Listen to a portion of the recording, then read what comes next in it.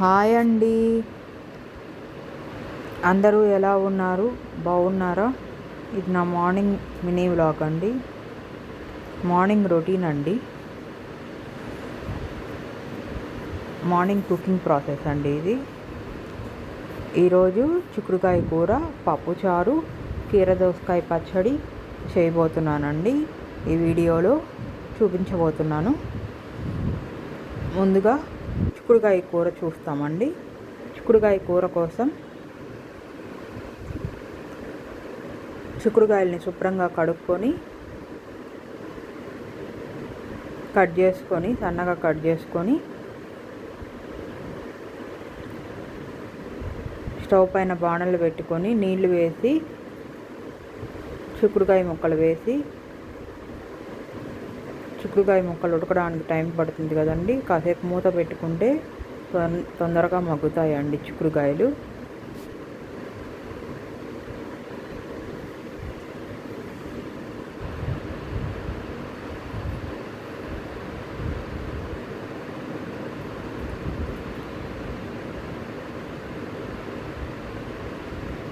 చిక్కుడుకాయ ముక్కల్ని బాణల్లో వేసి కాసేపు మూత పెట్టుకుందామండి.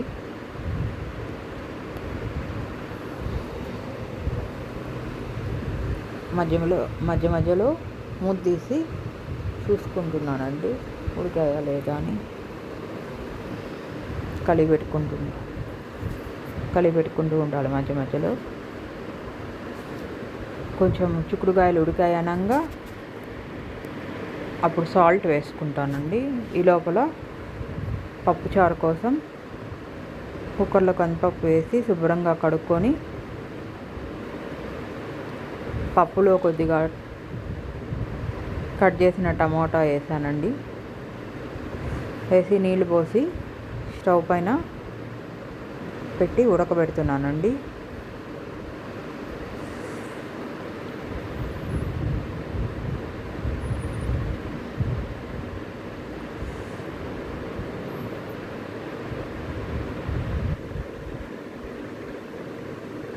పప్పు ఉడికేలోపు చిక్కుడుకాయలు కొంచెం ఉడికాయండి.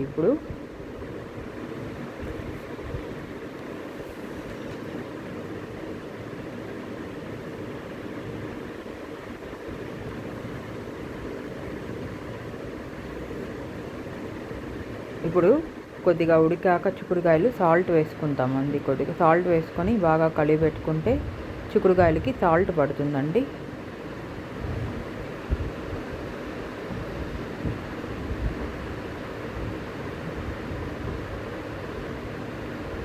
చిక్కుడుకాయలు ఉడికిపోయాయండి. ఉడికిన చిక్కుడుకాయలని స్టవ్ ఆపేసి చిల్లులు పోసుకొని వడబోసుకుంటున్నానండి.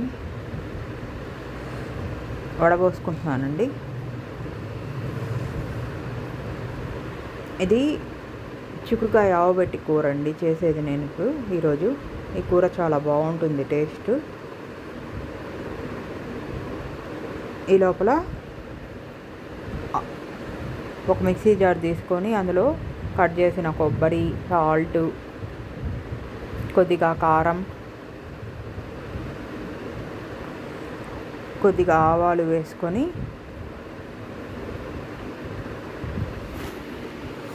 మిక్సీ జార్లో మెదిగించుకోవాలండి.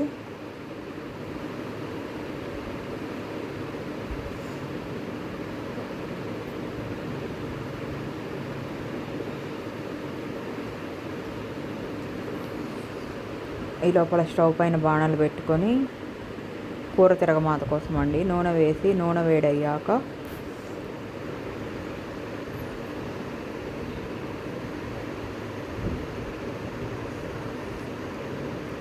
ఆవాలు,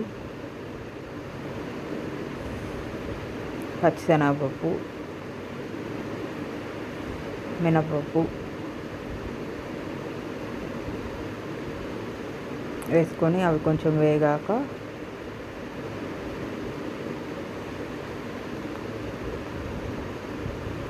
ఎండుమిరపకాయ వేస్తున్నానండి.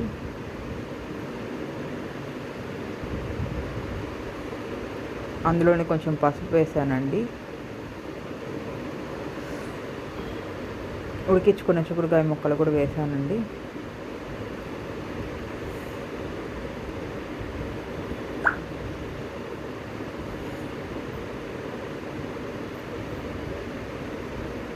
వేసి కాసేపు వేగనివ్వాలండి. వేగితే చిక్కుడుకాయల్లో ఏమైనా నీళ్ళు ఉంటే పోతుందండి.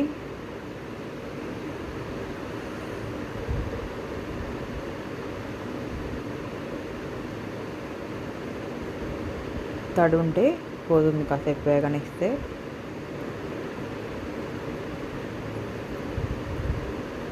కరివేపాకు కూడా వేసానండి.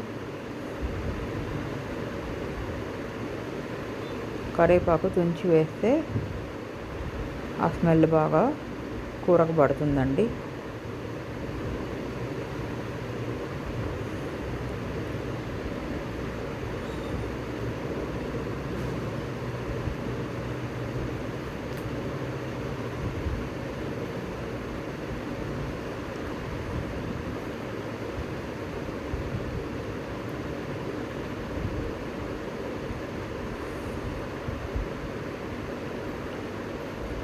ఇప్పుడు గ్రైండ్ చేసుకున్న కొబ్బరి, ఆవాలు అవి కూడా వేసుకొని ఈ కూర టేస్ట్ చాలా బాగుంటుందండి.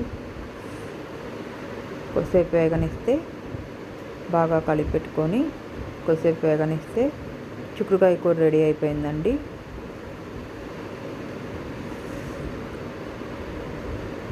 అది పక్కన పెట్టేసుకున్నానండి చిక్కుడుకాయ కూర.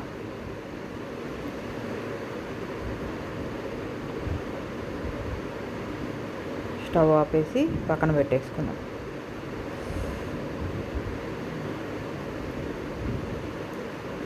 ఇప్పుడు ఇందాక కుక్కర్లో పప్పు పెట్టాను కదండి, ఆ పప్పు ఉడికిందండి. ఆ పప్పుని గిన్నెలో వేసుకొని మెత్తగా చేసుకొని అందులో కొద్దిగా చింతపండు రసం వేస్తున్నానండి. చింతపండు రసం, సాల్టు, కొద్దిగా నీళ్ళు, మనకి ఎన్ని నీళ్ళు కావాలన్ని నీళ్ళు,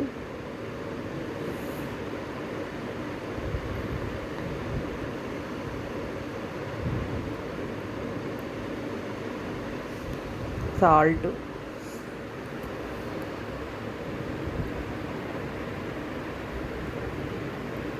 సాంబార్ పొడి, కొద్దిగా రసం పొడి వేసానండి. కొద్దిగా పసుపు కూడా వేసుకున్నానండి. వేసి బాగా కలిసేలాగా కలిపి పెట్టుకోవాలండి. అన్నీ వేసాము కదా ఇప్పుడు.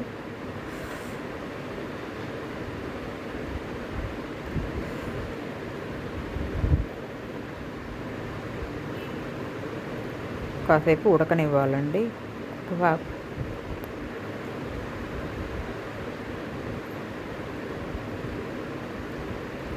కొత్తిమీర, కరివేపాకు కూడా వేసుకుంటే ఈ పప్పుచారుకి టేస్ట్ చాలా బాగుంటుందండి.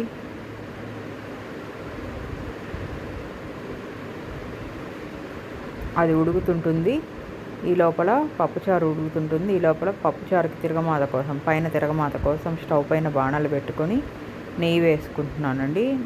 నేను తిరగమాతకి నెయ్యి వాడుతానండి. నెయ్యి వేడయ్యాక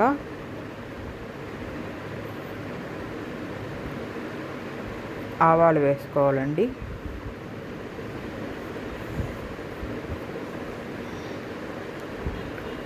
ఆవాలు వేసాక మూత పెడుతున్నానండి. మూత పెడితే అంత పైన పడకుండా ఉంటాయండి.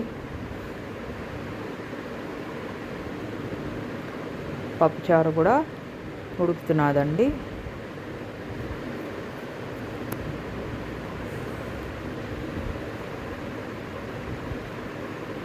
ఆవాలు కొంచెం వేగాక ఇంగు కూడా వేసుకొని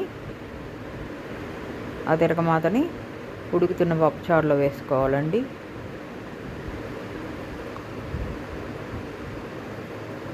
ఈ పప్పుచారు చాలా టేస్టీగా ఉంటుందండి.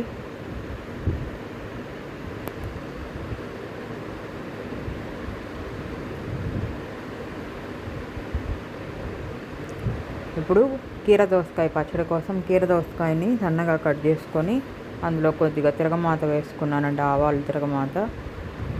ఆ పచ్చడిలో చింతకాయ పచ్చడి కలుపుతున్నానండి.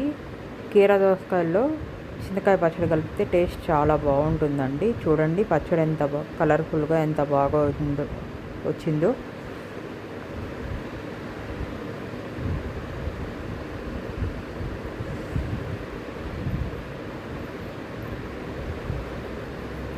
పప్పుచారు కూడా ఉడుకుతున్నదండి.